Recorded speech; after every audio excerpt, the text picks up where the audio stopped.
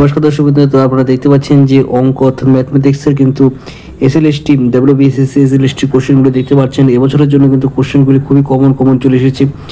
আমরা যেভাবে প্রশ্ন দিয়েছিলাম সেভাবে কিন্তু কোশ্চেনগুলি এসেছে, খুবই কমন কোশ্চেন, মোটামুটি সহজই হয়েছে। এবং অ্যান্সার কি খুব শীঘ্রই আপনারা কিন্তু আমাদের চ্যানেলে কিন্তু অফিসিয়াল অ্যান্সার কিগুলি পেয়ে যাবেন। যে যারা এবছর পরীক্ষা দিয়েছে আশা করছি প্রত্যেকের পরীক্ষা ভালো হয়েছে এবং পরবর্তীকালে যারা পরীক্ষা দেবেন তাদের জন্য কিন্তু এই প্রশ্নটি খুবই ইম্পর্টেন্ট রয়েছে।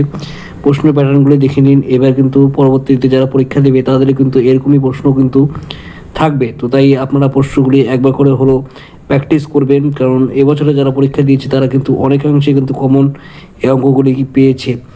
তো প্রশ্নগুলি একটু ভালো করে দেখে নিন। 7টা কোশ্চেন আছে, টোটাল 7টা কোশ্চেন কিন্তু আমি আপনাদের দেখিয়ে দিচ্ছি।